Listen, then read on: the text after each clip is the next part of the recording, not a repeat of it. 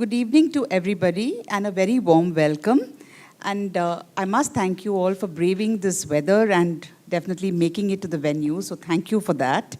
So the Sandeep and Gitanjali Maini Foundation, which I'm representing today, is very happy to be associated with the Bangalore International Center for this very important and exciting talk by Dr. Chudamani Nandgopal on the Ramappa Temple, the crest jewel of the Kakatiya art and architecture. BIC is a very popular venue and has carved a niche for itself with a variety of events that they put up on a regular basis. It's something similar that SGMF also strives for, where we are promoting art, culture, and heritage through our talks, which is the primary objective. We chose BIC for one of its marquee events simply because we thought, we wanted to partner with them. And it's been a good association, and thank you to all members of BIC. The reason why we wanted to do this special talk here is Dr. CNG, as I've come to call her over the years, has been associated with SGMF for a while. When we began working on an important project for SGMF, which was Chariots, which was we were trying to record the intangible value of chariots. Through that project, somewhere I sort of got to know her as the acclaimed academician she is, the important historian she is, and most importantly, a genuine person. And also came to understand that the backbone and the big help behind her all the time, Dr. Nandgopal, and thank you and welcome today. The reason Ramappa Temple became such an important draw for me to do this thing is that there are several elements that make a UNESCO project. And Dr. Chudamani Nandgopal, sitting on the, as a sitting member with UNESCO, knew what elements had to be drawn out, apart from just how brilliant the architecture was, or the location was, or the detailed stones. I think the important thing is she was able to prepare a dossier single-handedly to prepare and allow the UNESCO team to come that finally gives it recognition. So I won't say more. I'm going to hand over the mic to her. I just want to say a quick thanks once again to all members of BIC, each and every one of you guests here at the auditorium, and a special welcome to all the guests who are watching on Zoom because they are from all over the world, and a warm welcome to you too, and Dr. Nandgopal, all yours.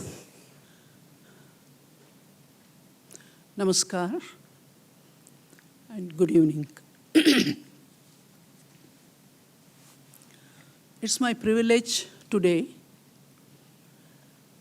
to speak on Ramappa Temple under the aegis of Sandeep Gitanjali Maini Foundation and also BIC, Bangalore International Center. We are happy that many members of Bangalore International Center are here and our associates, both Gitanjali and myself. So as soon as we got this recognition of Ramappa Temple, one person was very, very happy and moved passionately. That was Gitanjali. And I was also,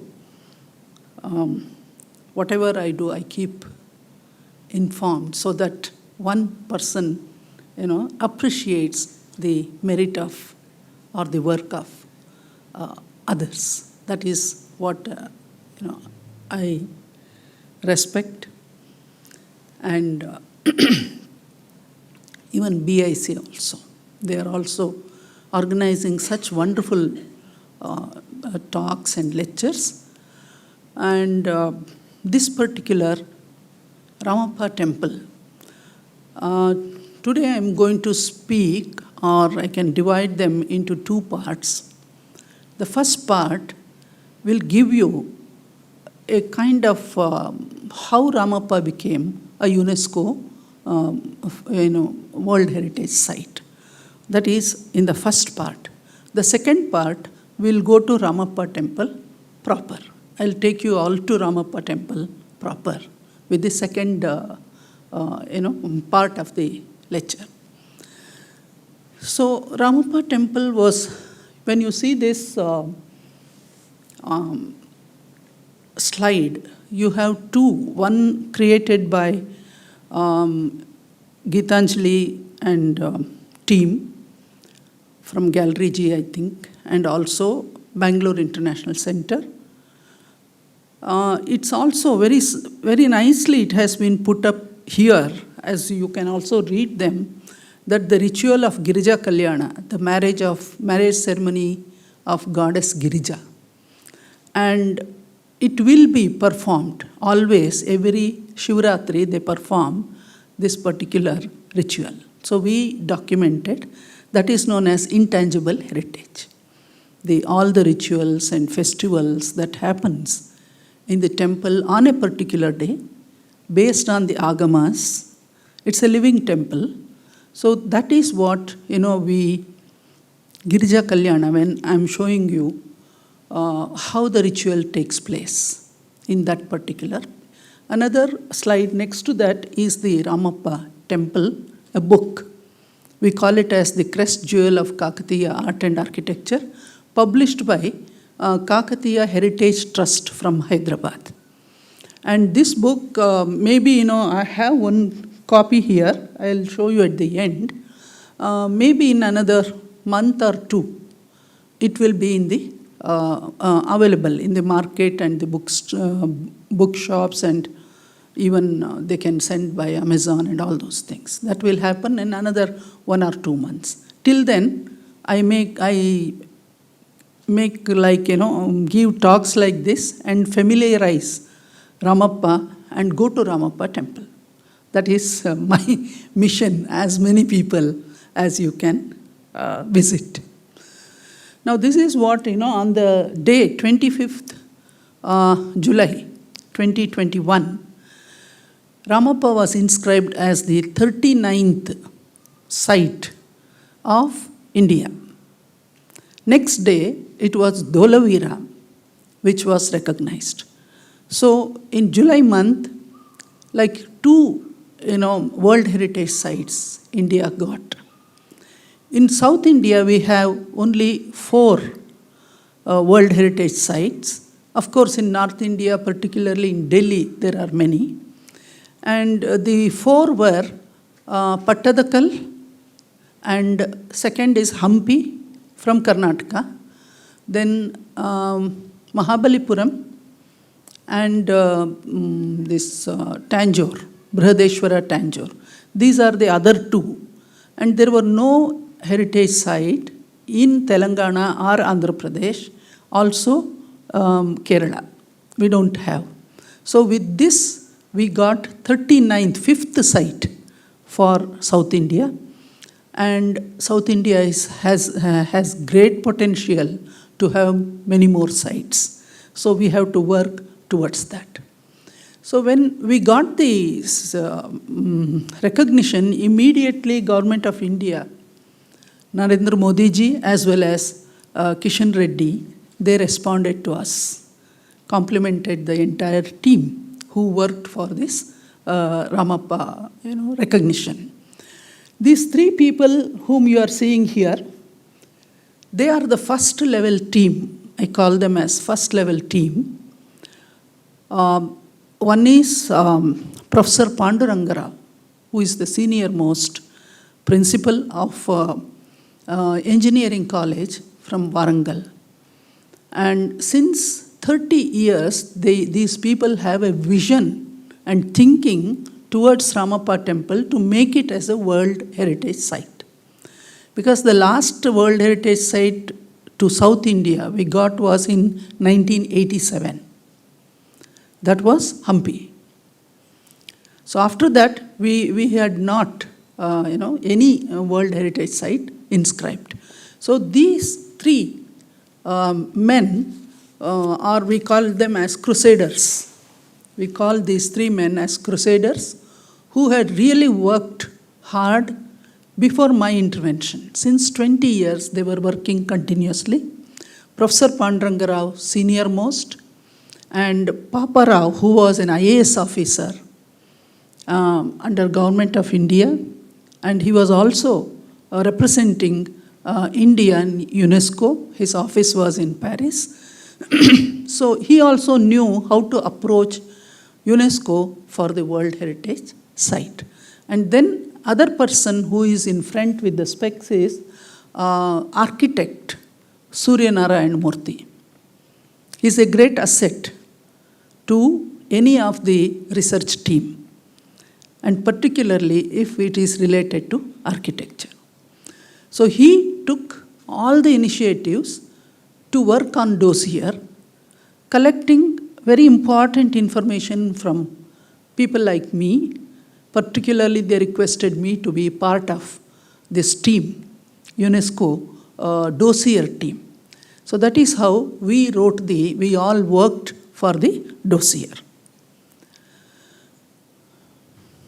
This is the dossier, nomination dossier it is known as.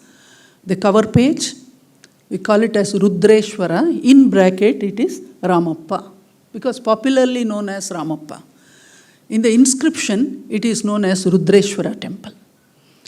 And then this is the dossier cover page you have for the World Heritage Site. It's a nomination dossier. Next. Yeah. This is how you see the Ramappa from aerial view. And beyond, there is a lake, huge lake, which is known as Ramappa Lake. And that whole area has to be, according to UNESCO, should be protected. And strategically, we have to work on this. And Government of India, Archaeological Survey of India, as well as the Telangana Heritage Department, they are working towards all the technical aspects which have been laid by UNESCO to get this recognition. So the people who are connected, or the institutions connected, were Archaeological Survey of India, ASI, Ministry of Culture, and Government of India. So that is where you find the Minister of Culture plays a very important role for such recognition. Then Telangana Heritage Department. Earlier it used to be called as Archaeological Department. Now they call it as Heritage Department, Government of Telangana. They invited me to be part of the dossier. So that is how I got the opportunity to understand Ramappa from very close quarters and write about Ramappa. And that is analytical. It's not just writing, describing, or explaining. We have to be very critical and also analytical. So the ICOMOS also is a participative, and usually they send their delegation before it is placed on the agenda. So ICOMOS experts are here in this picture also. And Kakatiya Heritage Trust played a very important role, and there's a significant role is started from 20 years, and even to this day they are working for Ramappa. And you see the central person who is there, he is the director of, joint director I can say, of ASI Delhi, Janvik Sharma. And he is in charge of World Heritage Sites in Delhi.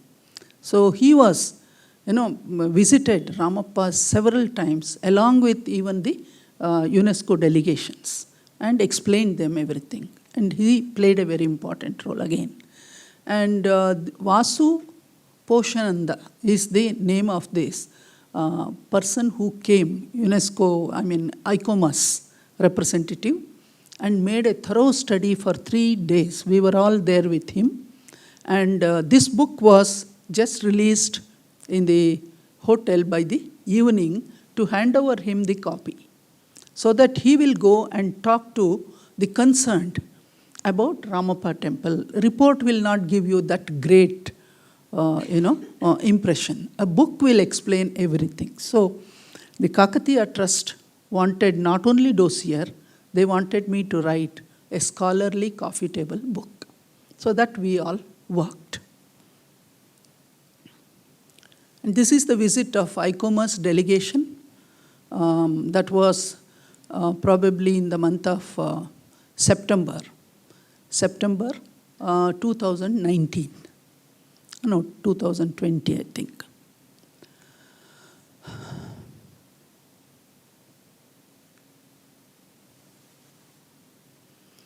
So now what are the things, categories or criteria for this recognition, what we find in this dossier? This is the guideline given by UNESCO, and we have to collect all the data and analyze the data in this 9 headings. Under that we have to work. Identification of property, it's a technical thing, where it is, location, all those details. And description of the entire property. Because there is even ASI has its own terms and conditions before sending it to UNESCO. So we have to follow all those parameters of even the ASI. Then justification for description. It is not just describing and writing. We have to justify. We have to say that why we should have this recognition. Then state of conservation. What is the status of conservation? Whether this temple should be recognized or not. If it is badly conserved or restored or not a great place, we cannot even send the proposal. So we have to work on those things, and state of conservation. Archaeological Survey of India has put a lot of good funding for restoration and conservation. And then protection and management of the property. This is also very important because there will be a board set up, which is known as authority of that area, and everything should go to that board. And then only, the other terms and conditions of UNESCO we can meet.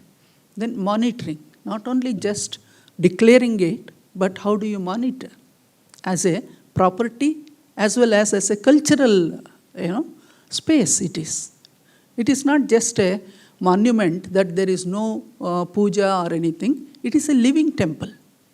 So we have to be very careful with even the parameters that we adopt for monitoring. Then documentation. This is the scientific documentation that we have to do, where we all came into picture, completely documenting the entire temple and small temples around, not only in the campus, even outside the campus, there are many small temples. Even that has to be recognized and taken into account. Then contact information about concerning authorities. Which are the authorities that UNESCO can consider? And all those authorities we have to give all our contact information to UNESCO. Then signature on behalf of state parties. This will be done by the government of Telangana as well as government of India. So this is what I'm going to talk now is the criteria where we played a very important role. So it is the criteria representing human creative genius. What is Ramappa? It has been proved by even technical team that it is one of the creative genius, production of creative genius of 12th century. 12th century, if you see that, what the technology they must have followed, how they were able to construct that, that size of that temple. It really, so we have to give all the details of human creative. I'll explain in the next slides. You will see, what do we mean by that human, values of creative genius. Then in criteria 2, interchange of human values within cultural area, architecture, landscape design.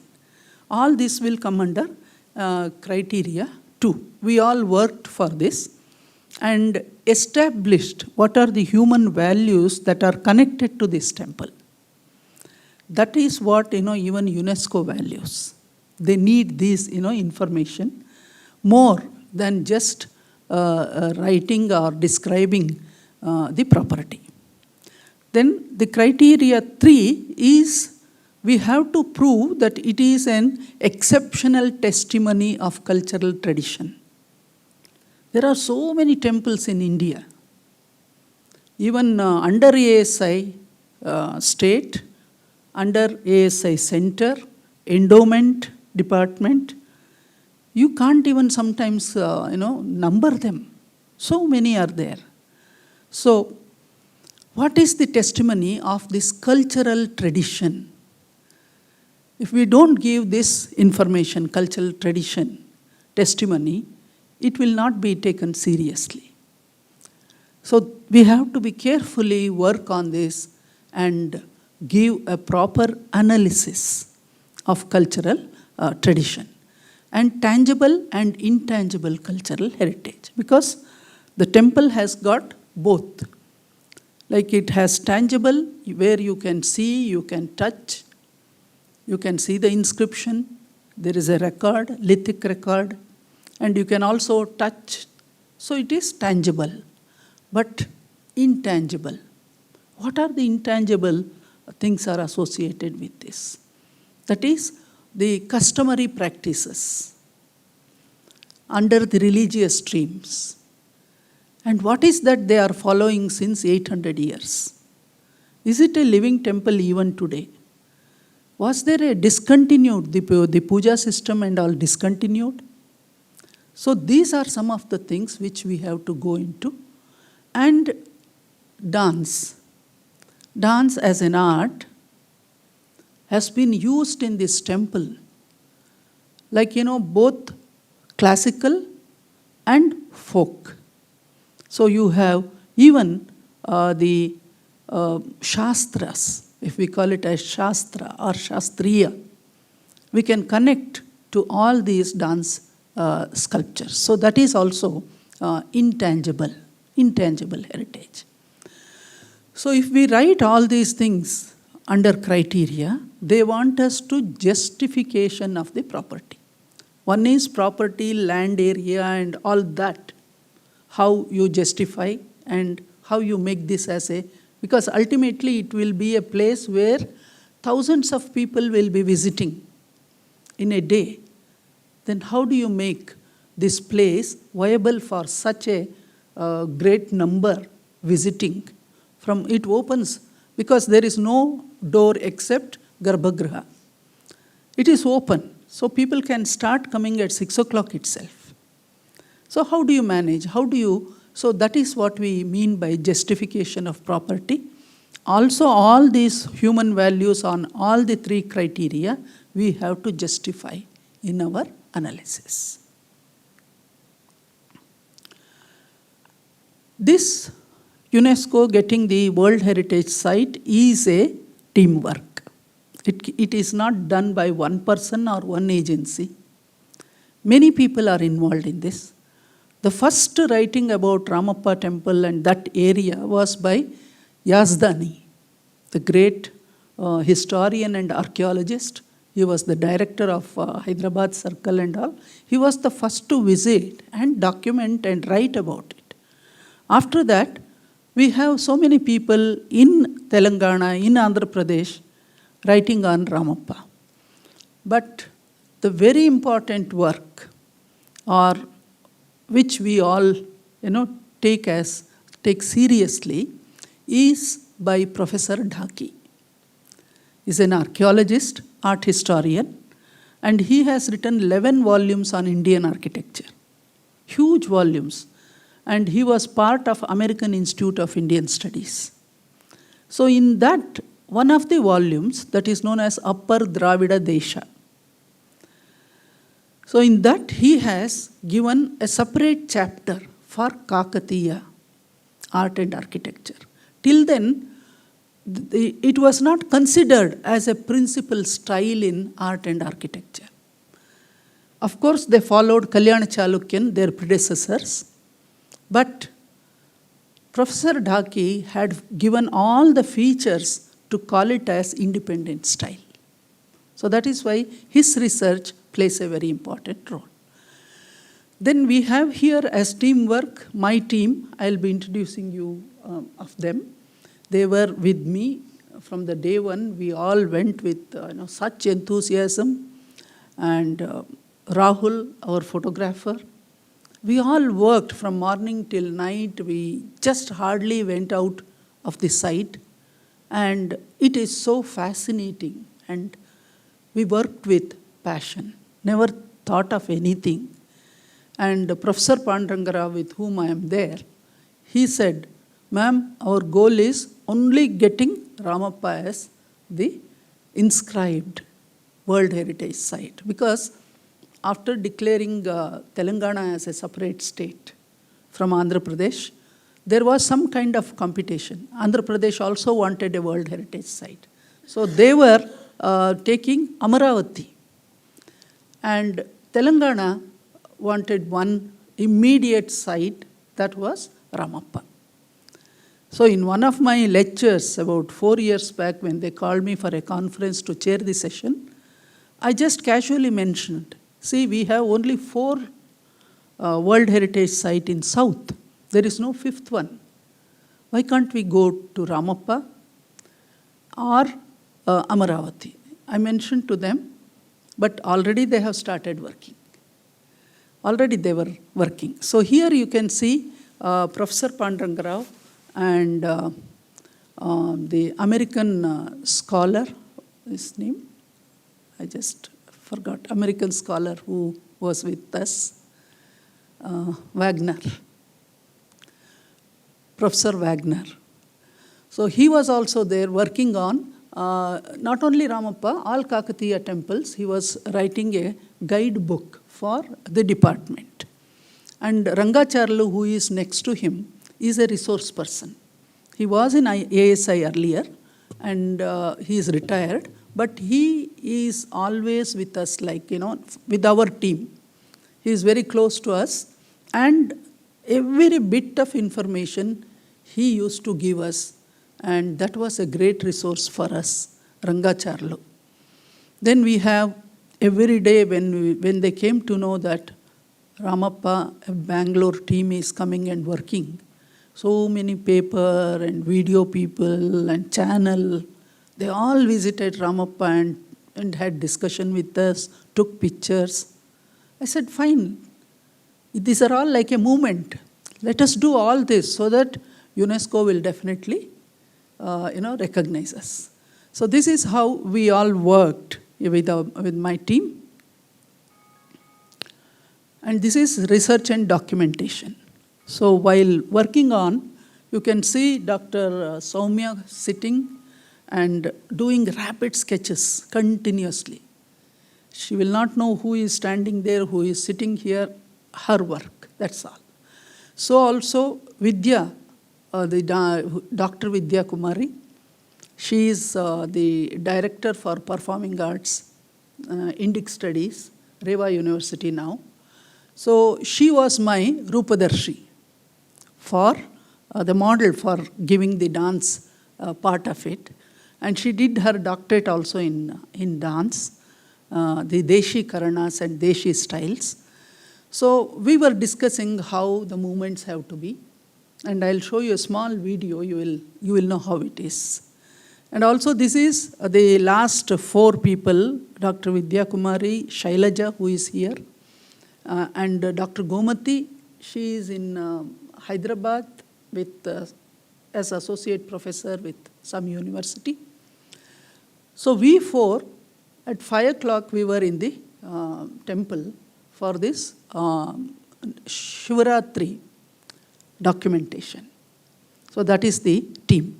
So when whole day we used to be there, when we got tired, say I was lying down there itself and thinking, even then, should not cut. Our thought process was going on and we were working. And this is like the central hall. You can see Rudreshwara there and the central hall, which motivates you to dance. So even I was dressed and, tried to give some moments there with Dr. Vidya. Now, this is part one. I think I made it very clear how the team work, made us, it came into reality. Our, passion, our hard work and continuous work, ultimately we got this recognition. Yes. Now we get into, so Ramappa, let us see, are we right in calling as crest jewel? You know the meaning of, in Sanskrit, for a meaning for crest jewel is Chudamani. So Chudamani is the crest jewel, which is put on the head. Sita, you must be aware of that. The Ramayana changes its course after Sita gave the Chudamani to Hanuman. So this, the crest jewel, the Ramappa, among all the contemporaneous architecture of the time. Let us see how it is. This is the statement of Professor Dhaki. Even historians and archaeologists, they were little hesitant to call, can we call it independent Kakatiya style? And Professor Dhaki said, yes, we have to make it as an independent style. So he mentions that Rudreshwara is a spectacular, as much for its dimensions as for the excellence of its masonry and decorative carving, is one of the largest extant temple building edifice of the Kakatiya period. So this statement is so valuable even for UNESCO to give recognition of Professor Dhaki. So this is just a, I think you can make out the kind of carvings and other things in that slide, but I'll be showing you more. So just give you the backdrop of this Ramappa temple. So Kakatiyas ruled Telangana for 300 years. It was between 11th century to 14th century. That was their ruling period of Telangana as well as Andhra Pradesh. Built many temples, great monuments they have built. But Rudreshwara, there is another Rudreshwara temple, which is in Warangal. So it is called as Veyi Sthambalu Gudi. That means 1,000-pillared temple.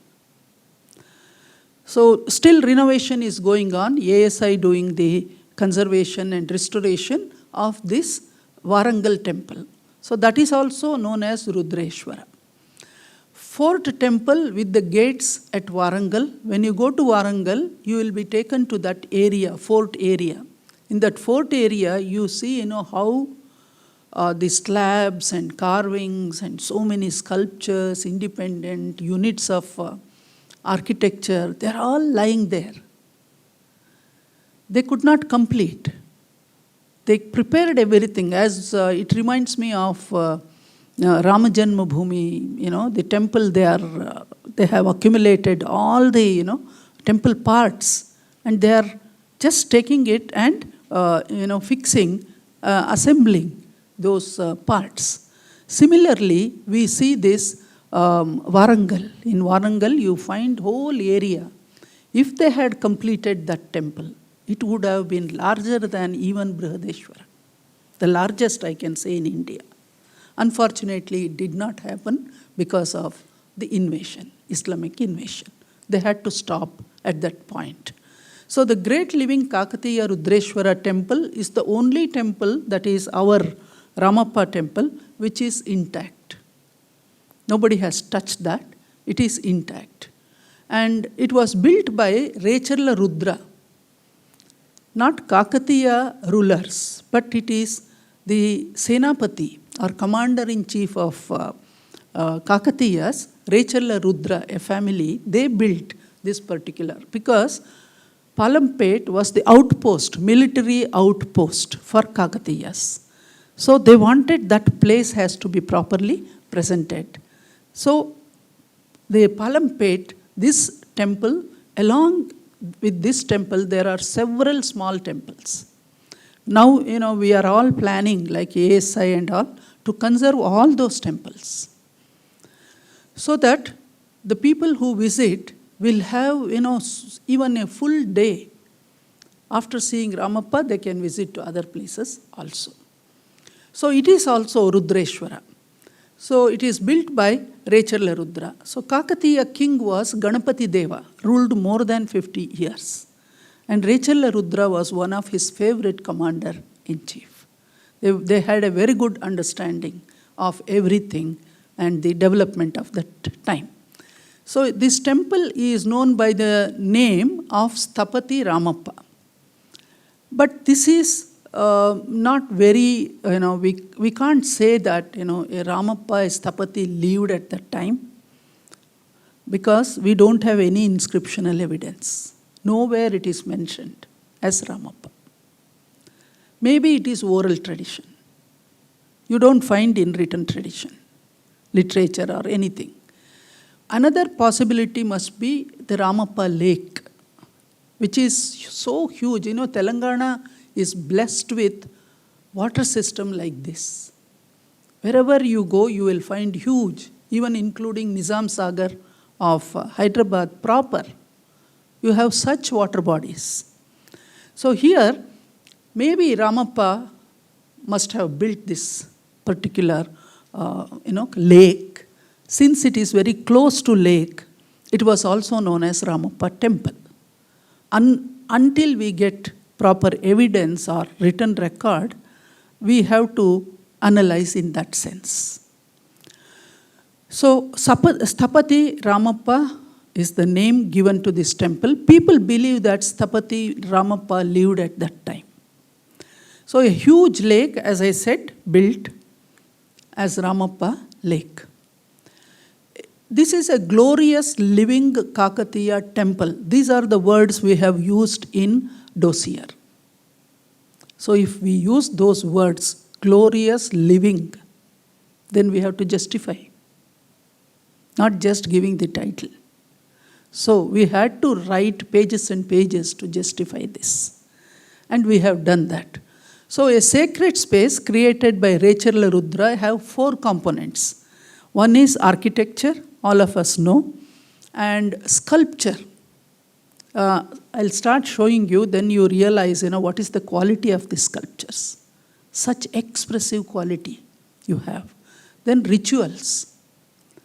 Why they wanted such a big temple without rituals? So rituals also, so it is very significant. And dance. So architecture, sculpture, and dance, these 3 converge with ritual significance. How they are connected? All the 4 are connected one to another. Now this is the complete, picture of Ramappa temple. We have taken this. And the unique features of Rudreshwara temple is it evolved from the Kalyana Chalukyan style. At that time, the Karnataka and Telangana was ruled by Kalyana Chalukyas. I'll show you those styles, then you start linking or connecting to this Ramappa temple. It emerged as Kakatiya style of architecture under Rudradeva. It was recognized as Kakatiya architecture. And it is the surviving Kakatiya architecture in complete form. Even about 30 kilometers if you go, there is one Ganpur. It's a very nice temple, but they are all dilapidated. But what we find, Ramappa is only an intact. So this temple, when built, was contemporaneous to Kalyana Chalukya, Hoysala, and Sevuna styles of architecture. So we call it as medieval temple architectural styles, which covers between 990 to 1334. Now you can see Kalyan Chalukyan style of architecture. We find many of them in North Karnataka. And this Mahadeva, Ittagi Mahadeva temple. You can see the details of that. The pillared hall, beautifully open mandapa it is. And this is known as Devalaya Chakravarti. In the inscription of Itagi, this temple is mentioned as Devalaya Chakravarti in the time of Vikramaditya, who was ruling from Kalyan Chalukya. And Lakkundi and other. So what is the another important and stylistic feature is the Vesara architecture. There are three principal types of architecture we have. Dravida, Nagara and Vesara. So the third Vesara is the contribution of Kalyan Chalukyas. And then Hoysalas and Kakatiyas, Sevunas, they all took this concept and built independent their own style. And this is Hoysala style, you can see. It is the Trikuta temple, Jinanathapura. See, near Shravanabelagola, there are 3 kilometers. There is a very nice temple known as Jinanathapura. And this is the central one, you know, all of you. That is Somnathpura, Trikuta temple. And this is Hemadpanthi style, Sevunas and Yadavas. And that is Shiva temple in Sinnar in Maharashtra. So from Maharashtra to south, almost Somnathpur, that is near Mysore, you have this kind of medieval Vesara architecture. It was popular at that time. Now, what are the architectural features of Ramappa temple? It has 3 entrances. If you observe this, the plan, you can see in 3 entrances are there, and in the west, the Garbhagriha, that is Sancto Sanctorum, is there. And it has a molded Jagati of 6 feet. That is why it is an elevated temple. And also, it has the Kakshasana. See, look at the size of the 139 feet long. It's a huge temple. So, Kakshasana is taller, having 3 layers of Adhisthana decorations.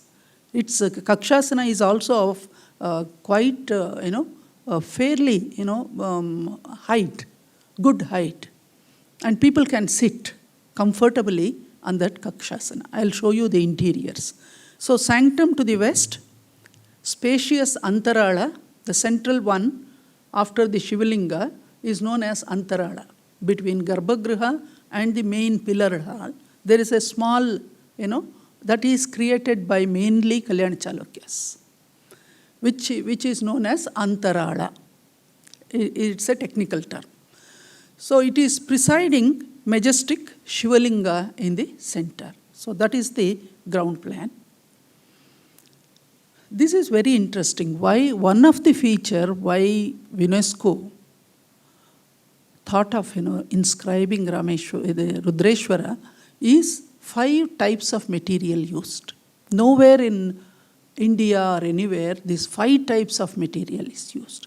We justified this, highlighted this, because Professor Pandurang Rao has been working on this since 20 to 25 years with his students, engineering students.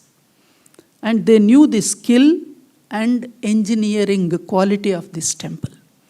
So, which are those 5?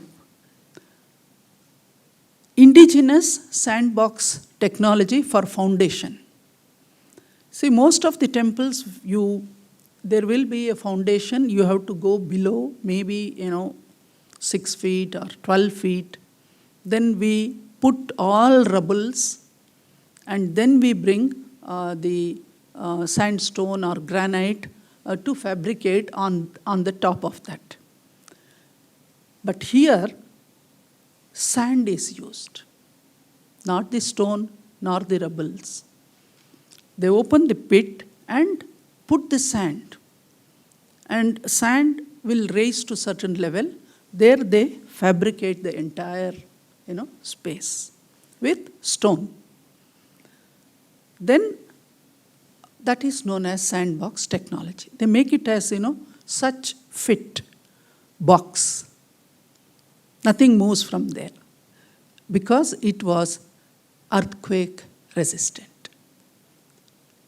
Earthquake has taken place, Ramappa temple. When you go inside, you can see that some of the slabs have raised, but main temple, nothing has happened to main temple because of this sandbox technology.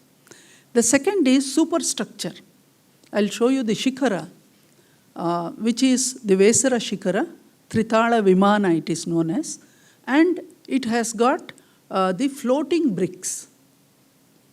See, bricks when you put as Shikara, or many places we see the stone as part of Shikara, and possibilities are there.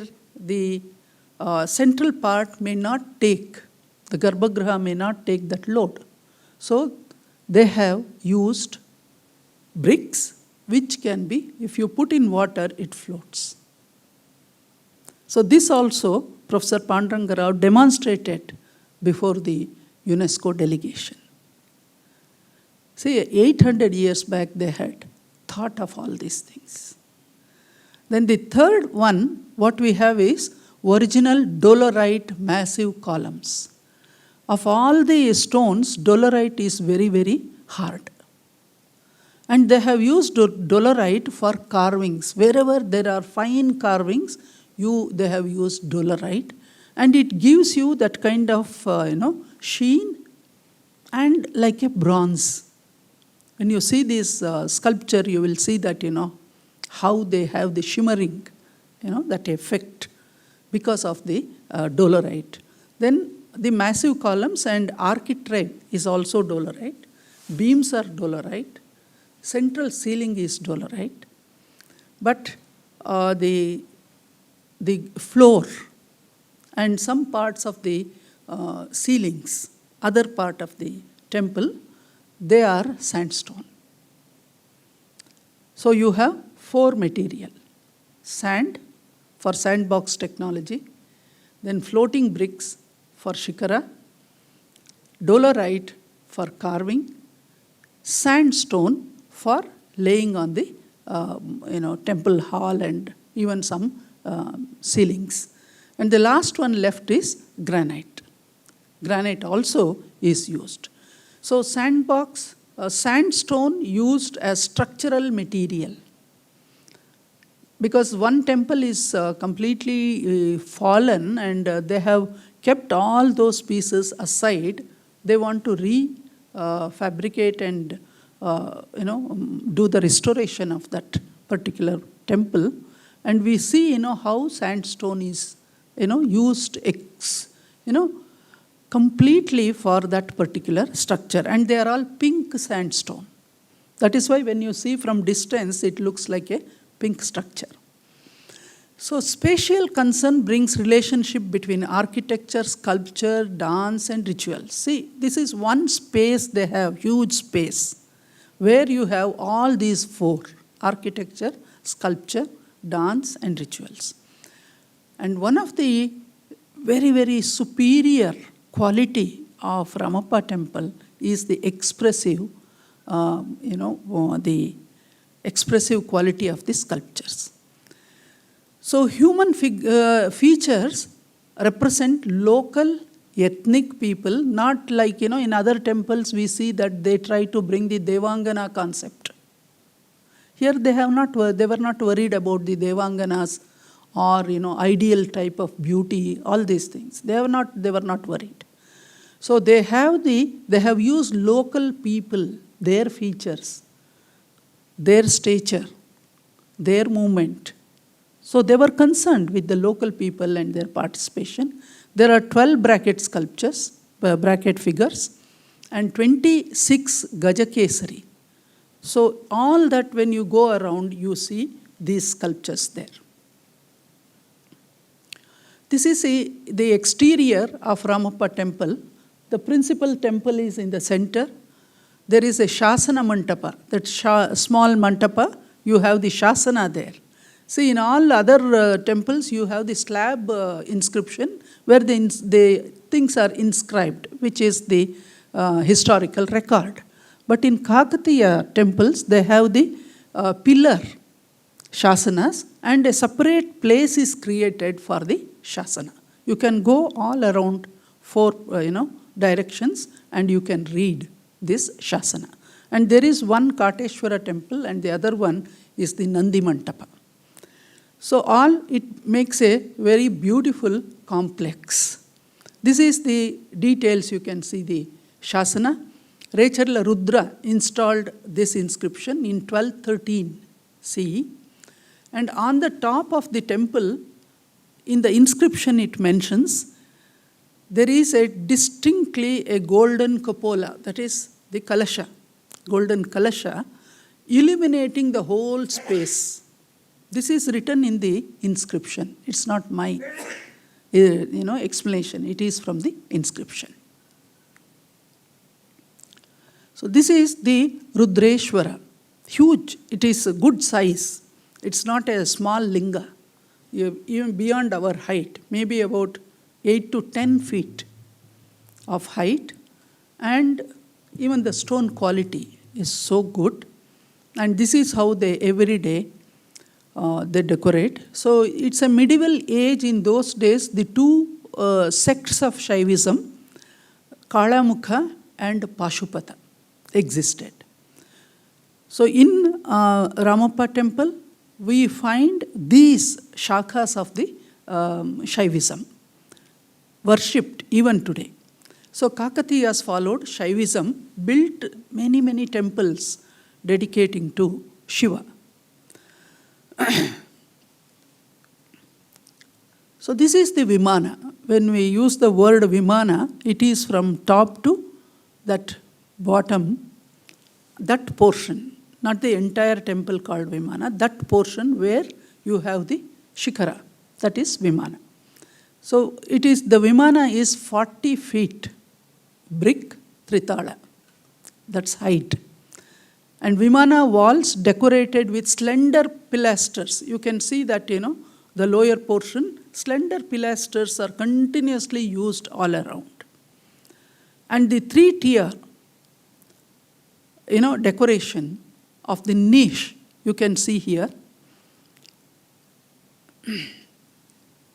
This is the side view, one of the side views of Ramappa temple.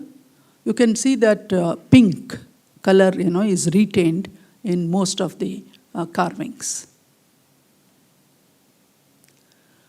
These are the bracket figures, sculptures all around in Dolorite. Also observe the ceiling, chajja, we call it as chajja, the rainwater, for that they have made this projection. And in that also, they have shown it so beautifully, like raindrops. It's lotus form, lotus buds, and appears like, falling down or with the raindrops. So I dedicated one chapter in the book known as Design Concept of Kakatiya Temple. I gave that the entire temple, if we closely observe, it follows the design of lotus. Lotus in every way. That is Gajakesari, as I said, they call it as Gajakesari. It is symbolic of the power of the Kakatiyas. So these are, so when you enter one entrance, you have 4 bracket figures. Then you have all the, Gajakesari, Vyala figures. Then the next opening will be there. There again 4 bracket figures. So like that you have 12 bracket figures, 3 entrances. Now this is the interior view of Ramappa temple. You see the seating arrangement there. All over inside, 3 rows of people can sit. Such huge, like a bench. But when you see Kalyan Chalukyan temples and all that, one person or only one human being can sit comfortably. You cannot extend to another row. But here you can have 3 rows. Yeah, this is the center hall. one of the, I called it as mesmerizing space in the book. Why it is mesmerizing, now you will see. So it is the Telangana pattern of square hall. It's not rectangular or anything. It is pure, very clear square hall, 95 feet across. That is the length and breadth of this temple. And huge pillared hall, which has 3 parts there. What is the 3 parts? One is Sabhamantapa, large and spacious. Second is pillared Rangamantapa, the central one. And the third is Ranga Bhumika, the circular slab. It is one slab, imagine. There is no joint. That huge slab for dance rituals. And then you have pale pink stone which is used, and central ceiling again has so many beams all over. All over you will have 4 beams placed between the pillars. Each beam has 3 faces. This side, the other side, and in the bottom.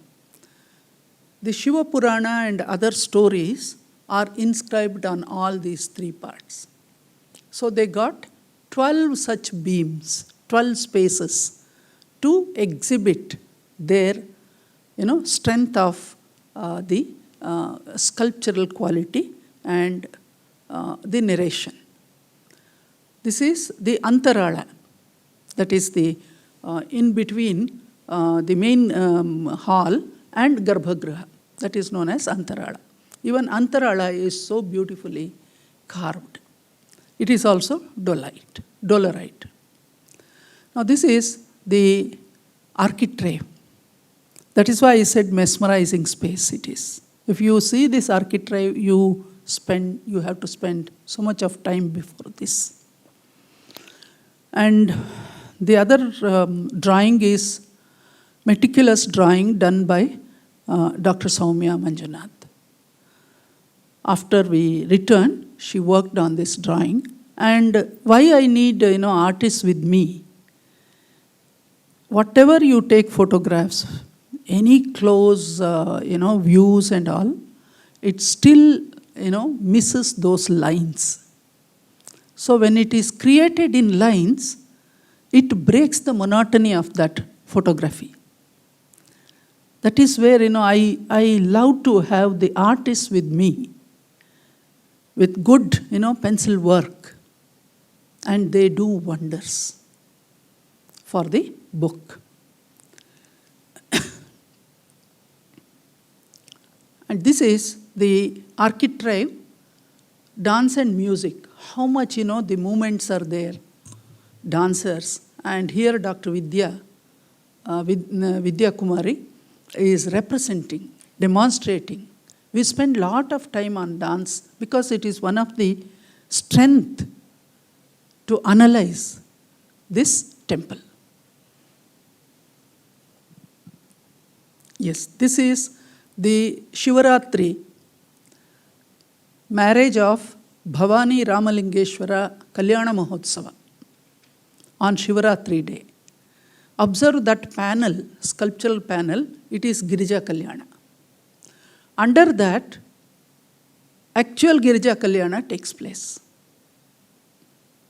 It's really, if you connect yourself, sit or stand and look at or visualize that, it's so interesting. 800 years custom or tradition continues even today. So these are some rangoli, all over they will be putting rangoli. That's a very, very, you can say a very native quality in that narration. And some of the symbols are there, and procession is coming, and the bride and bridegroom are seated there. This is where, the Kalyana Mahotsava is happening. The people, bhaktas, they become father and mother of groom, also the bride. They bring everything for the, marriage. We three of us are standing and, documenting everything there. This is what, liked by UNESCO. They said living tradition it is, living temple. They valued this. This is human values, representing human values. Okay? This is the central ceiling. As I said, mesmerizing space. While we were numbering how many dance sculptures we can count, we started numbering them, counting, and my neck, started. 2-3 days it required to set it all right. So I lied down and then started counting. And they were all taking down all those. Now how many, what posture, and how many tears are there, like, 1, 2, 3, 4. Even Ashtadikpalas, which are represented here, they are all in dancing mode. Ashtadikpalas can stand like this in most of the temples, or they will be going on their vehicle with their concerts in many temples. But here, they are also dancing because they are giving company to Shiva, who is dancing in the center. So this is very interesting Ashtadikpalas you have. Look at the, the mesmerizing space with so many tears and that slabs, triangular slabs are used artistically and also technically to complete that ceiling. That's the central part of it, where Shiva is dancing along with so many dancers. I roughly calculated when we all worked, there were almost 600 dance sculptures. From 6 feet, some of them are only this size. 6 inches on the pillars, and those bracket figures 6 feet.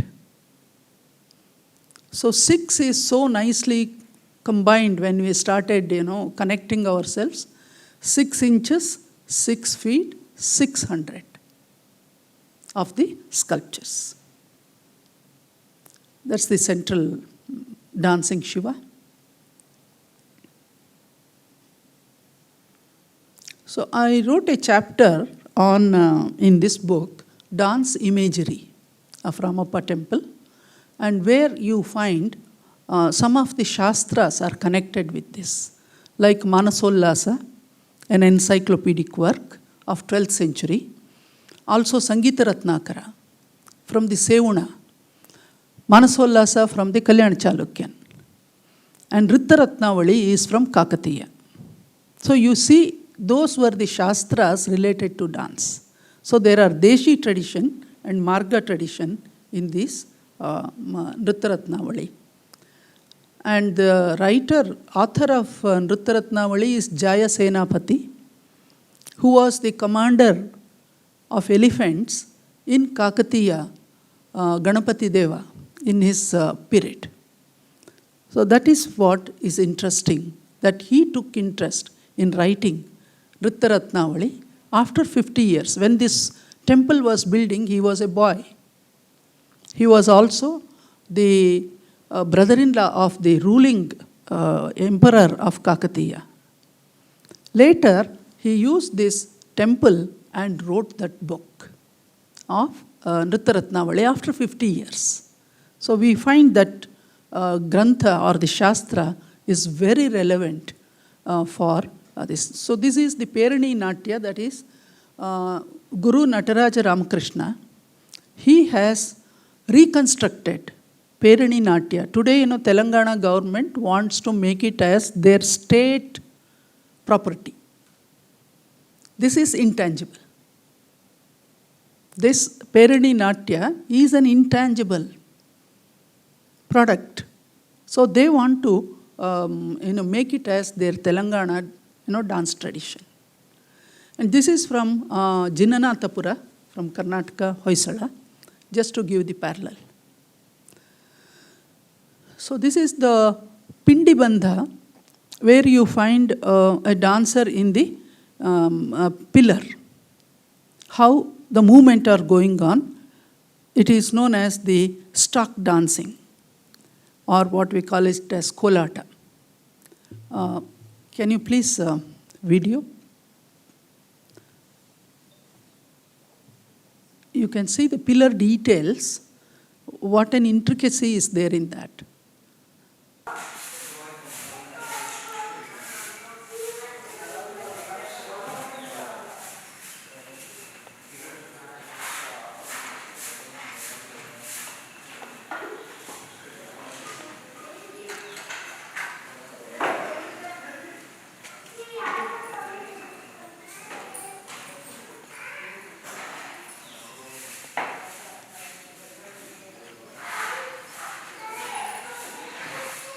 See, this is one of the pillars, details, how you can intricacy you can see, how the carving technique they must have followed, that too in dolerite.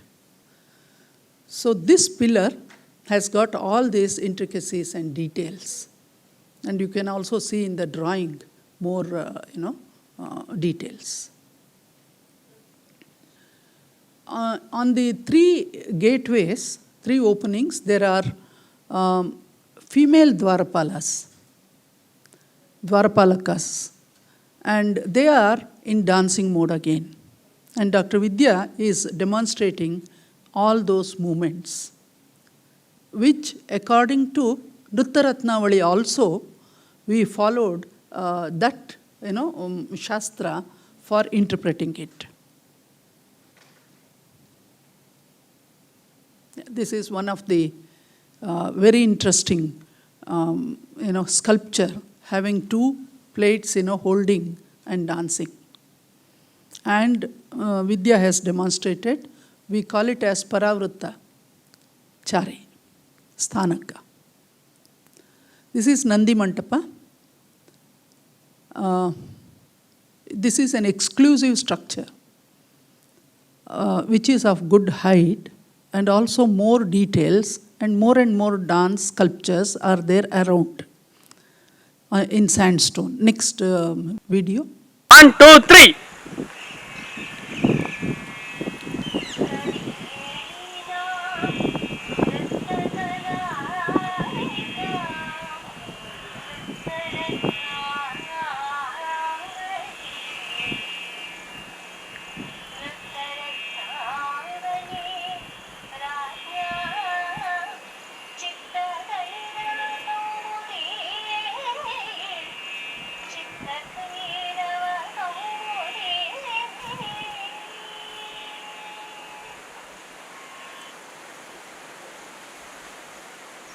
Okay. Okay, that is Nandi Mantapa. It's an exclusive architecture. We don't find anywhere such a huge and elevated Nandi Mantapa. This is another Chari. The same sculpture is demonstrated in this. Yeah, please. It took so many takes for this, I think. If you remember, Soumya. Many times we had to take. 1, 2, 3.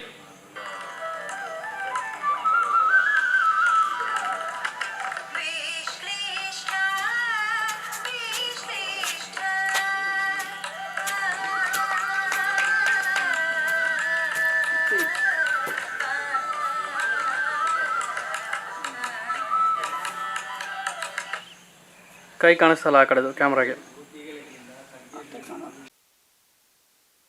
Now these are the bracket figures, Madanikas. I said there are 12. Look at the plasticity and the movement. It looks like a live movement. And each one, some of them are directly taken from Natya Shastra tradition, and some are from the Deshi tradition, which was popular in Kakatiya area in those days. We also have in Hoysala, Madanikas, Kalyan Chalukyan Madanikas, but these Madanikas are exclusively special features. I was wondering whether such people lived at that time. Because the Ranga Bhumika that they have used, the huge circular platform for dance, the dancers must have been 6 feet. That's why they needed that kind of, space. So we also, while we were coming to the temple, we saw one lady who was sitting and, begging some, and also talking loud and all that. Then I went near her. I was wondering, she has got this skin tone, jet black, but the skin shining like this. I said, would you stand up? I just want to see you. That lady said, give me 5 rupees, otherwise I will not. I said, I give you 50 rupees, please get up. And give her 50 rupees. She started raising. I was shocked, looking at her height and her features. She must be from the tribe of that area. And these were all from that area. So they have taken, as I said, they have not idealized the form of Devanganas or anything like that. They have taken the local, tribal features for carving these, sculptures. These are the other 6 set, because in my book, Dance Imagery, you have all the details of each one of them explained properly according to Shastra and according to the Deshi tradition of that times. Yeah, this is swastika and ardha swastika, 2 of the the sthanakas you can see. And that's one piece of the jewelry. I wrote a chapter on jewelry also. And this kind of studs, what we wear, is known as, in Shastra, it is mentioned as Dvirajaka, Trirajaka. It is Rajaka. That is the circular, stud. If it has 2, circle, it is Dvirajaka. 3 circles, Trirajaka. So here you can see, one, just a demonstration, but very interesting jewelry patterns and other things in these sculptures. And that drawing was done by Shailaja, and she has used, standing before the sculptures, drawing all those, motifs and symbols, which we were, so fascinating and very different from other, styles and sculptures, I think. So this is the acknowledgement that we have so many people with us and agencies. And I just want to introduce my team who worked with me in all my research and documentation. Dr. Soumya Manjunath, please. She is an artist and art researcher. And now she is, she did her PhD from Chitrakala Parishad under my guidance. And now she is the Dean for Yoga and Humanities in S. Vyasa University. Thank you, Soumya. Thank you. Shailaja, I think she's here. Shailaja is also an artist. She did her master's with a very great dissertation on Ajanta paintings. She has a legacy because her father was a great artist, M.S. Chandrasekhar, who has done Ajanta for 30 years. He recopied, appointed by Archaeological Survey of India, and he recopied all Ajanta paintings. And she learned, and she was trained by him how to work on Ajanta paintings. So Shailaja was also with me for the documentation of intangible and tangible. And I think in Zoom, Dr. Gomati is there, probably. She was also with us for Shivaratri documentation. Then Who else, Soumya? Vidya. Vidya is there? I requested her to come. Unfortunately, her school, today there is the minister, education minister, is visiting her department. Earlier it was at 11 o'clock, but now it's postponed to evening. Otherwise, she would have been here and you would have seen her, dance beautifully. So much, discussions used to take place because to arrive at one particular, you can see it as a static pose, but we have to see what is the precedent, movements of that pose and what is the antecedent movement of that pose. So when we put all this, the sculptor have captured one particular movement, a flash of movement. So what is that flash? We have to discuss, we have to work hours together. These people used to go around and make rapid sketches, write down notes, all those things. And Vidya and myself will be going with each sculpture and trying to see how the demonstration can be done with Nritta Ratnavali in the hand and correlating with the sculptures. And Gomati will go and count all the sculptures. I tell her, go and count all the dancing sculptures. Count all iconography purpose. Count all Dwarapalakas. So I give her the category. She is also an art historian and she is associate professor in one of the university near Hyderabad. So they all worked with me, not today, since 25 to 30 years they are with me. I'm proud of their, being with me and anytime they are ready to work with the project. So I'm thankful to them also. And finally, I thank today's Gitanjali and Sandeep for giving me this opportunity and also Bangalore International Center for giving me this opportunity. Thank you one and all. Thank you very much, ma'am, for that very interesting talk. Just a minute. Yeah. This is the book which will come to market maybe in another 2 months of time. Thank you. I think you've inspired all of us to now visit the temple and, see and learn more from what you have documented so beautifully. So we'll open up for a few questions. We also have some questions that have come in from our Zoom audience. I think we had close to 200 people who were watching on the online platform. But we're so happy that you could all make it here to see this in person. So if you have a question, do raise your hand. I'll bring the mic to you.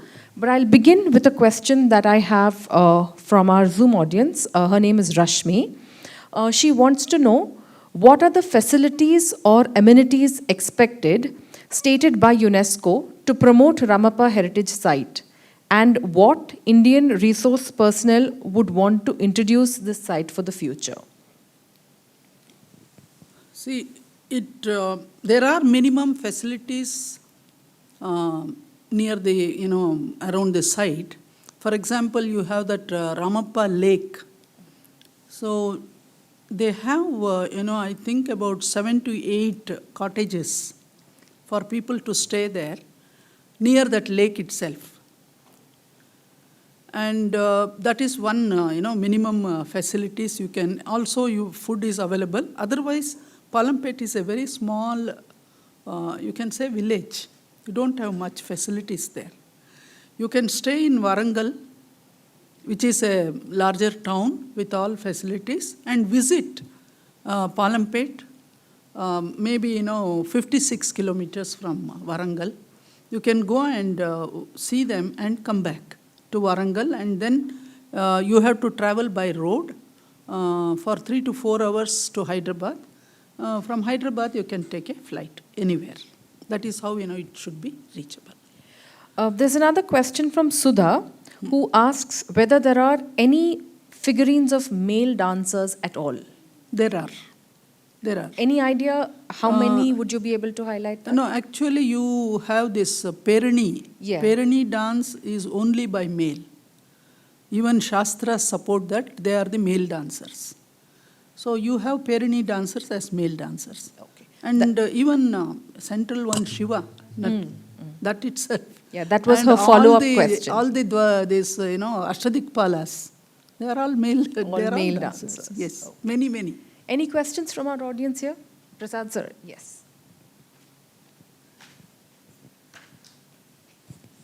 Thank you, ma'am, for the wonderful presentation. Thank you. I think architectural-wise, a much in-depth study. Then again, the intangible portion was brilliant. The other thing, the element what you spoke about is the location, geographical location. And something which comes to my mind is the pronunciation is Palampet, but I think in Telugu it should be Pallampet. That means used to call Pallam it is a depth which is there. Yes, yes. Probably they would have raised this into that level and then done that. Yes. That was my observation. Yes, yes, you are right. Any more questions from the audience here? I have one from Dr. Ashish Ranjan Sahu asking why the number of Krishna Leela scenes are also engraved in a Shiva temple. No, in those days, we did not have this kind of, Shaiva, Vaishnava, Shakta, and such sectarian differences were not there. Even you find in some medieval temples, Jaina sculptures will be there in Vaishnava temples. So that is not the thing. Whatever, in those days, very popular legends, they have used that as their theme for sculptors to carve. Yeah.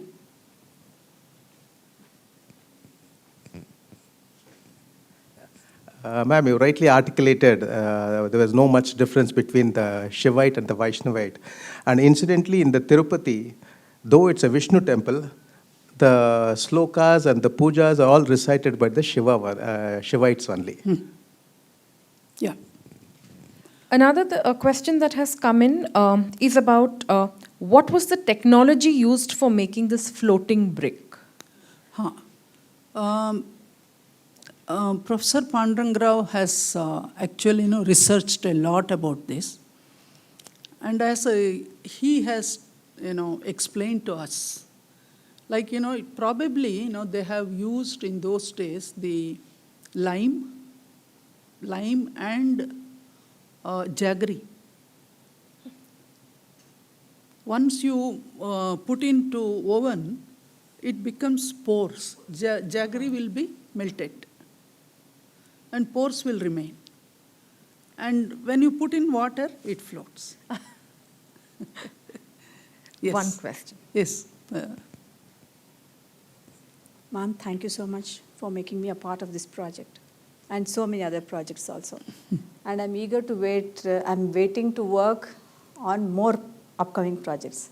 That apart, my question is, yes, Ramappa Temple got the UNESCO recognition. What's the scope for other temples? There are so many more temples in the whole of South India. Why not Kerala? Kerala has so many beautiful temples and the paintings are all, I think, so many are going away. Maybe in some time we may lose them. So also in Karnataka, such lovely temples, and you've been, your specialization has been from Karnataka architecture and sculpture.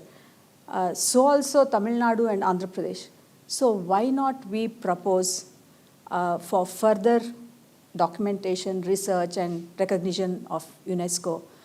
And somewhere I feel there are hundreds and hundreds more temples in the South India to be recognized. And perhaps we need your leadership for all this. Thank you. Let us hope. That's a great suggestion. And let us see, how many, because there should be political will for that. Political will and experts and ASI, there are so many, agencies involved. And in present days, one has to be, the smart, getting that kind of recognition. They all work together and go, very smartly ahead. That is what is required. As you said, there are very, sometimes I feel Kalyan Chalukyan temples, for example, Ittagi, such a great temple. They have upkeeping and everything. Karnataka temples are very good when we see them, they have maintained well. But as I said, it's a political will of the area. People should own it Yes. and say that, yes, we are ready. We will work for this. So that kind of, will is required. Let us say, our small efforts may lead them and take interest in them. Yes? Ma'am, Yes, yeah. you said that there's a hard stone usage, dolerite? Dolerite. Dolerite. So that is local to the area, or because Yes. they want this copper bronze finish? No, Because it's available in the local area. Both And- sandstone also, yes. red sandstone, and dolerite also. So do you see other temples around the area also using dolerite? Not much, not much. They This- are all sandstone they use. Oh, yeah. One from our online audience, Mr. Srinivasa Murthy asks, can you please tell us more about the golden kalasha on top of the shikhara? Oh, that, I have to open my book. I don't know how much time is left. I think we'll just take, Yeah, he we'll can, just take one more from the audience. Yes. Good evening, madam. My name is D. Gopal Krishna. It is not a question, but a comment or a remark. I heartily thank you. Thank you.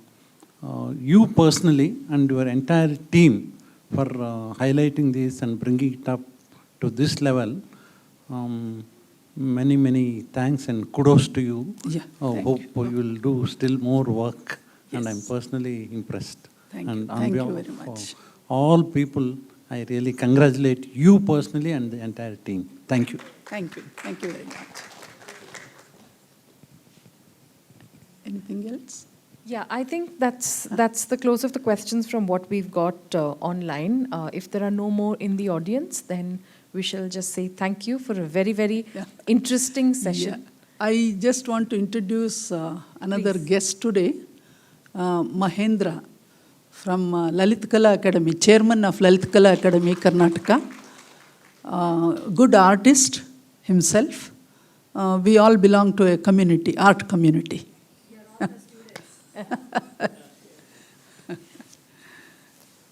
Yes. So yes, thank you to friends. Yeah. everyone who has made time to come and attend this talk today. And a very, very special thanks to you, ma'am, for all the efforts that you have taken to preserve this kind of cultural heritage that we have in India. And we are so proud that we are associated with you through Raja Ravi Verma Heritage Foundation and Sandeepan Gitanjali Yes, Maini yes. Foundation. Thank you. Thank you. Thank you, one and all.